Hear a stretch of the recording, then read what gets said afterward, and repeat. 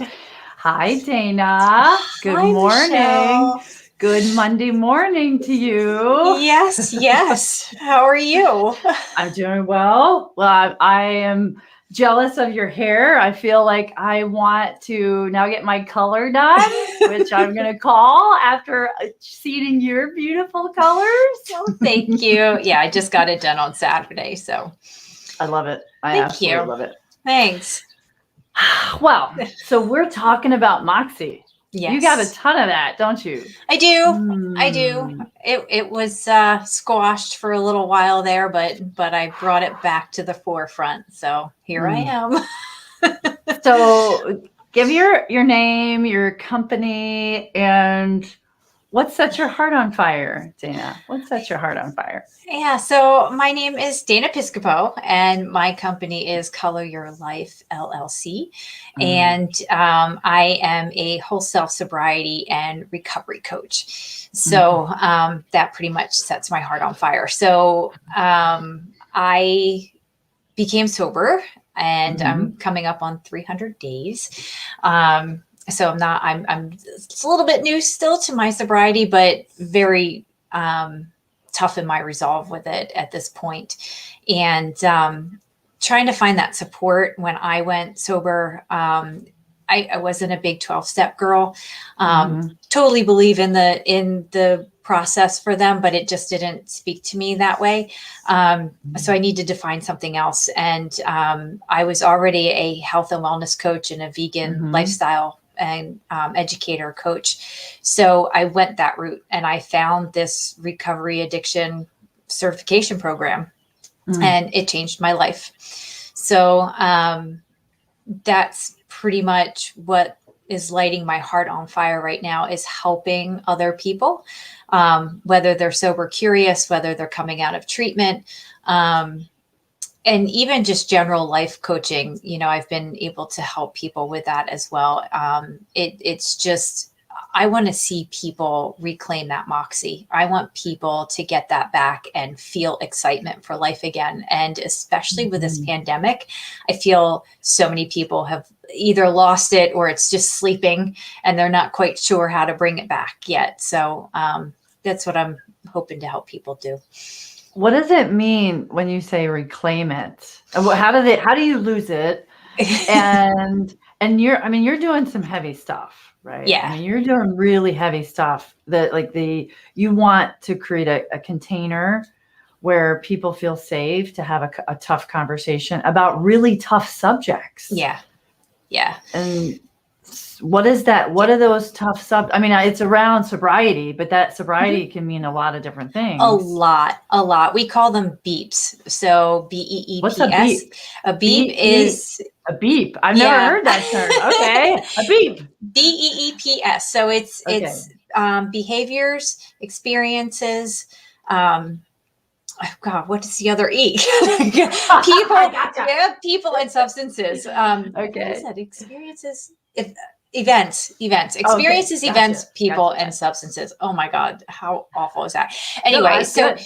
you can be addicted to just Oh, about just about anything if you're anything. not careful, and Mhm. if you have that background, genetics, there's all sorts of things that play into an addictive lifestyle. So I primarily focus on alcohol, but there are other lifestyle things that I know I find myself struggling with sometimes. Spending being one of them. Mm. A lot of Our people are addicted to shopping and spending and Yep, just going to the store or getting on Amazon. I might be yep. addicted to Yeah, Amazon. I I don't think know. everybody's addicted to Amazon. Right? For sure. Indeed.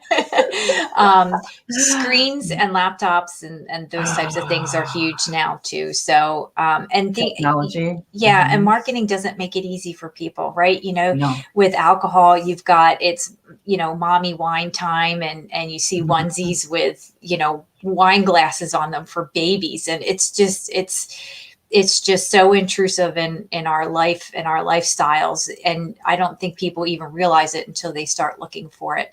um, and same with marketing for pretty Mm. much anything. Amazon is a commercial every other minute on TV. And we're all sucked to our screens for one thing or another. Netflix makes it very easy to become addicted to, next Netflix and chill or whatever that is, Well, where it's designed, right? It's designed to be addictive. Social media is designed to be addictive. They want you to continue buying. They want you to drink whatever it is, right? Yeah, so, it's designed for that. Yeah, it makes it difficult. So, everybody's hardwired with Moxie. That there's no doubt about it. We all have it within us, and whether we know it or not, it's there. And that's what I want people to find. And I think once you find it or you reclaim it because you lost it, that's when life starts to really just be fantastic and open up, and it's like a whole new world, and the addictive stuff, like, it just feels like it just kind of falters away because there's so many more important things and exciting things out there for you to do and experience and live, so. What's Moxie mean to you, Dana? What is that? I mean, because it just so put it in context for people. Yeah. So, there's a dictionary term for it, and it's the force of character, determination, or nerve. Nice. They have this little saying in the dictionary: when you've got Moxie, you need the clothes to match. So, that to me speaks inwardly and outwardly, that the character, the determination, the nerve, the perseverance, and the resilience you have within you, to be you. And it's more than courage, right? Absolutely. Okay. It's more than courage. It's when you find that authentic self within yourself. That's when you find your self-worth. That's when you find your self-love. It's when you don't need those external forces telling you you're beautiful, or telling you you look wonderful, or telling you you're smart, or that you're lovable, because all of that. You don't need external validation. You're getting Correct. It internally. Yeah. Okay. Gotcha. Thank you for that. Yeah. What's your story, Dana, with this? Yeah. So my story, it's a long time coming. I was never a drinker in my previous life. I was married to somebody who drank heavily, and I didn't understand it. I was like, why don't you just put it down? And who knew?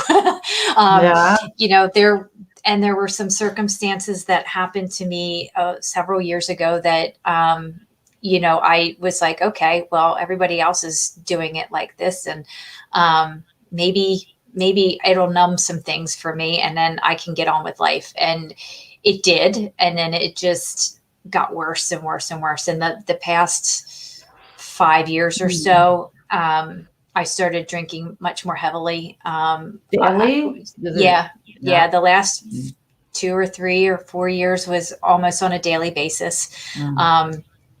My poison was Victory Golden Monkey, which is a 9.5% alcohol, Belgian triple beer, which was my favorite. And I within the last year was drinking a case a week. So the blackouts, the memory loss, the waking up at 3 a.m. with anxiety and, what am I doing? And I'll quit drinking tomorrow. And it never was quitting, because by 5 o'clock it was like, oh yeah, maybe it's time for my reward, or it's time for my, my, this is me, this is my time to do this.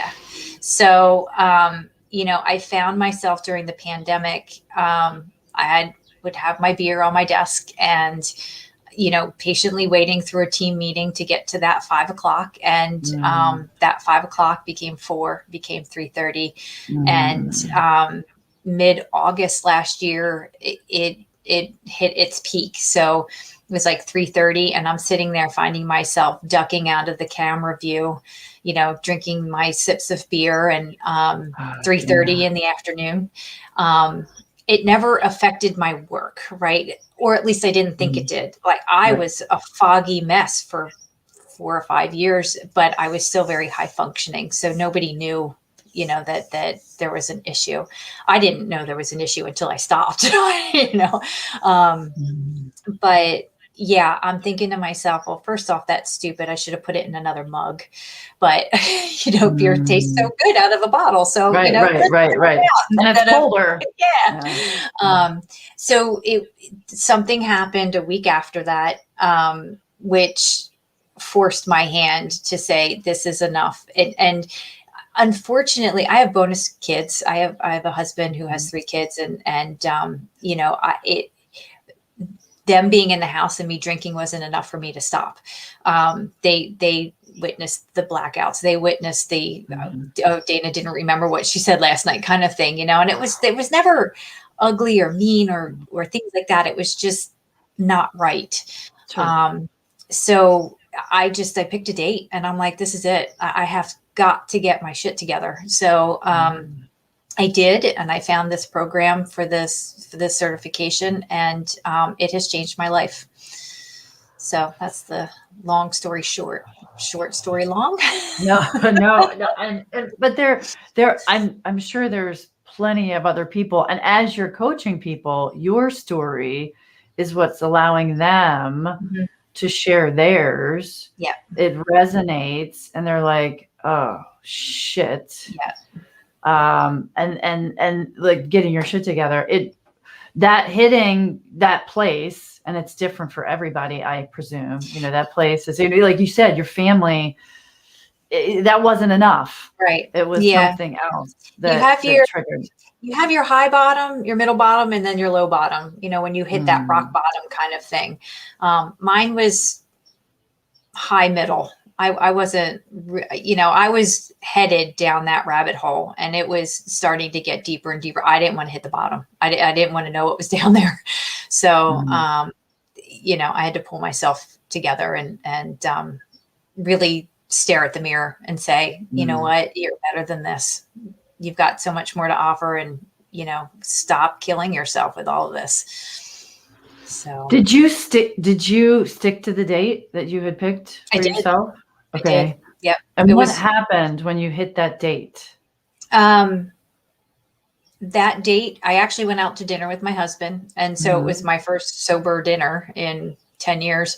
And it was okay. It was okay. The week after was a holiday weekend. So, by that weekend, the cravings had started, the doubts of, well, maybe if I just have one, or, but then you've got to play that movie in your head where you're like, what's going to happen, when you have that one? Well, you're going to have 2, you're going to have 3. And then before you know it, it's going to be Sunday, and you're not going to remember the last 2 days. So, or feel like crap or both. So I didn't want to go down that hole anymore. And, there's still cravings. And I talk to people who have been sober 10 years and they still have cravings. It just depends on, how good you are with your toolbox, as we call it, with the techniques and tools that you have that you can pull out when you have some rough times, and have that, you don't have the resolve that you normally do on a daily basis.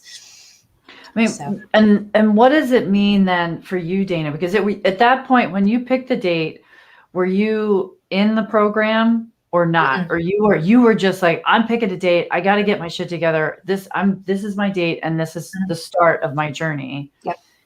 Okay, so you weren't in the program at that point. At what point did you find the program, and how did that transition? How did you transition to Reclaim Your Moxie to what you're doing today? Yeah. So I found the program about a month after I quit. And it spoke to me like the health coaching stuff did. I'm like, you know what, this feels good. I don't know how I'm going to use it, but I need this in my toolbox to help me. And basically that was what it was at first. It was to help me. And then the program was so amazing with life coaching involved with the recovery coaching, that it transformed the way I thought about coaching. And it also really transformed the way I thought about recovery. How so? And being sober, that you don't need to white knuckle it, that it's, that it's not, it's the brain, you can fix the things that are going on in the brain about making new pathways, covering over the old and making a new pathway. So the neurons and everything else are creating new habits and new thought processes. And changing the old patterns. Yep. So we talk a lot about patterns with people, and those old patterns are comfortable, right? They're very comfortable. And there's a safety in that old pattern. And it's like a ratty old blanket, right? Yeah. It's like, but I like this blanket. Who cares if it has holes in it? I'm like, this is my safe space. Yeah. Yeah. So it's, if you're really resolved to being sober or working on your addictions, or even just working on a life plan, there's a lot of work that goes involved with that. And that's where that Moxie comes in handy, right? I mean, if you have that Moxie and you bring it back out and you want it to stay out, there's a lot of work to be done. It's not easy, but when you're working through it, I love when I see the light bulbs go off or the light shine behind the eyes, when they realize something within themselves, they're like, oh, I never really thought of it that way. Or, oh my gosh, I just learned this. And it's just that life and that motivation and that resilience comes back. And it's just a beautiful thing. It's a beautiful thing. Sandy's saying retrain your brain and find a new path, which I think that we're talking about, right? Yep. And I don't know, we talk a lot about the inner work, and I think that's what you're getting at, the inner work to why am I reaching for whatever it is I'm reaching, whether it's the beer, whether it's drugs, whether it's shopping. There are also people that are addicted to exercise, right? I mean, there's any number, to your point earlier, there's any number of addictions. Why am I reaching for that? And so how do you reclaim your Moxie? What are some of the tips that you have for people that I mean, obviously they can check out what you do, but what are some of the tools and strategies that you use to do that reclaim? Yeah. So I use a lot of different things, and it depends. It's all unique, based on my clients. With the group sessions that I do more of a monthly overview of subject, and then we'll do weekly sessions that break that down into segments. So, I actually have a Reclaim Your Moxie program here at work. And so this month for June, we're doing, it's our new fiscal year in June. So we're doing a new year, a new you. And we looked back on appreciation and gratitude for the first week. So, with the pandemic and such a tough year, we wanted to look and see what we could pull out that was good, and silver linings or not, right? Yeah. So especially with appreciation, we had people make a list of what they were appreciative for, an appreciation story, where they would write like a couple of words down for each couple of questions that were asked. And then they would create like a 2 or 3 minute story around that appreciation. So they feel it. So they remember it. So when they're down or they're triggered, you bring that memory of appreciation and gratitude back from something that means very much to you. And you print it out or keep it in your wallet or keep it on your computer. So it's if you're in a really low spot, right, it's at the ready to go, oh yeah, this is why I'm doing what I'm doing. Yeah. And we also had, I also had them write a list of people that they were appreciative of, what it was that they were appreciative for, and how they were going to convey it, and actually give them, a deadline that they had to do this for. Share it. So they have like 5 people or whatever. That they're appreciative, they have gratitude for, and then they're taking this particular action, and then a day to actually showcase that gratitude. Wow, that is a really helpful tool. That's amazing, Dana. I love that. And it's a lot of fun. And people dug deep, because people were asking me questions like, well, what if what if it's not authentic? And I'm like, well, then it's really not appreciative of you then, Yeah, right? Then I'm like, it's bullshit. Then right.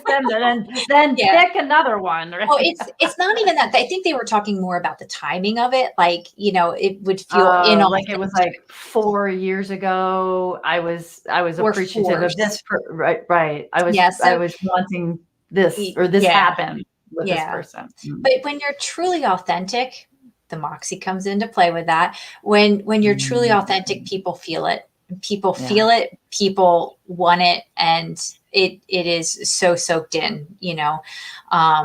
And we talked about a little bit about knowing your audience of the appreciation that you're giving them too, right? So, like, I'm vegan, and I have a manager who gives me meat and cheese baskets every year for Christmas. And I'm like, and he knows I'm vegan. So it's just, it's funny because that's the way he gives his appreciation, right? So, never mind that you're not eating it. Maybe you're giving it away, right? Right. So, but on my side, it feels just a scotch inauthentic. So that's what we were trying to get at. Like the appreciation you show, make sure it's authentic. Make sure it's something that they really feel that you mean.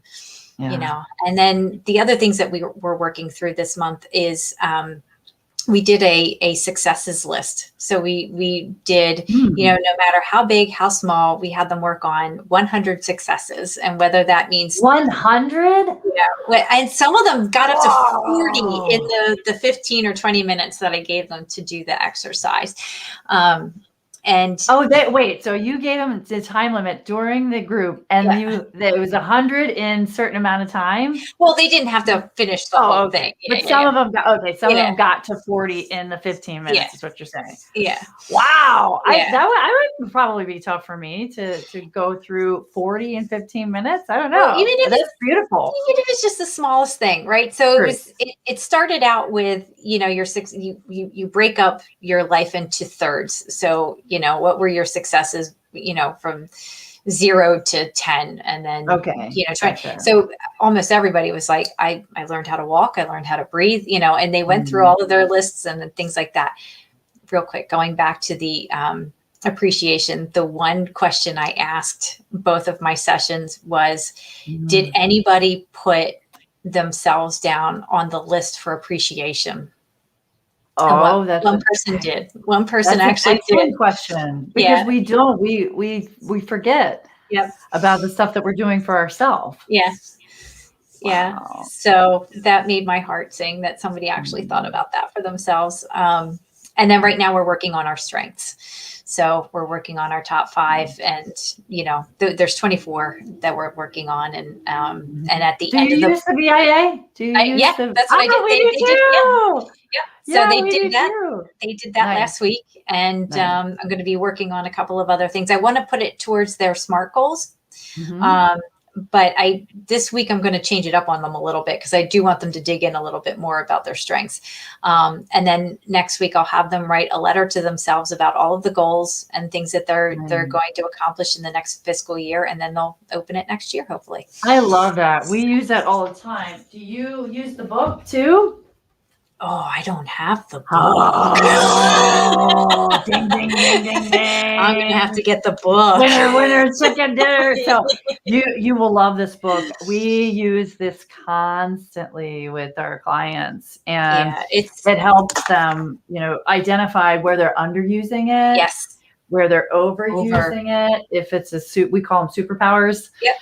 So by all means. I would pick up that resource. It's really, absolutely. Really good. Because I have all of the information, like, even when you start not just overusing them, but you overuse them to where they become a negative. Exactly. Exactly. So it's really interesting stuff. That's actually what the whole strength thing is, what I'm going to be doing on Friday that I've been asked to do. So good. Really that's so fun. That is so fun. We love that assessment. It's free. And I don't know if you do this or not, but you can build your own website too, for like your own portal, a professional portal for free. So you might want to do that as well. Yeah, that's what actually. Yeah, that's good to know. Thank you. Yeah, you'll love. I'm thrilled that you're using that with your clients. That's Yes. fantastic. And what awesome tips that you've just given. I hope so. I hope so. Yeah, Yeah. they're There's a fantastic. ton of them. So, I mean, we I could go on for know. hours, That's but really, really good. No, those are. Oh, Dana, thank you. Thank you for being vulnerable and sharing your story. sure. I mean, I know Sure. that's, that's not easy information to showcase, right? No, it never is, especially on this No. platform. I know. You're like, hey, But thank you for being willing to yeah, be I mean, vulnerable and sharing. it's my story, Yeah. and it's who I am, and it's made me who I am today. So I'm not going to deny it or keep it quiet. So I appreciate that. And then and understanding what Moxie is, how we can reclaim it. I Yes. love that we're both using the character strengths. So that's fantastic. Now you have a new resource you can go get. I think it's pretty Absolutely. reasonable. It's like $24 or something like that. Fantastic. Oh, thank you, my dear. This has been super fun and always a pleasure. Thank you for being willing to do it. Yes, thank you. You have anything that you would like to share in the final bits, or are we Just done? go out there and reclaim your moxie, and if you need help doing it, I'm here. My website is coloryourlifellc.com. And if I can't help you, I have resources and know people that can. So I'm willing to help however I can. Thank you, Dana. You're amazing. All right. This is so much fun. I know it is. It is a good time, right? Yeah. It is. And I think you did fantastic. This is really good information. Thanks. So with that, we will say bye to everybody. Bye. Bye, everybody.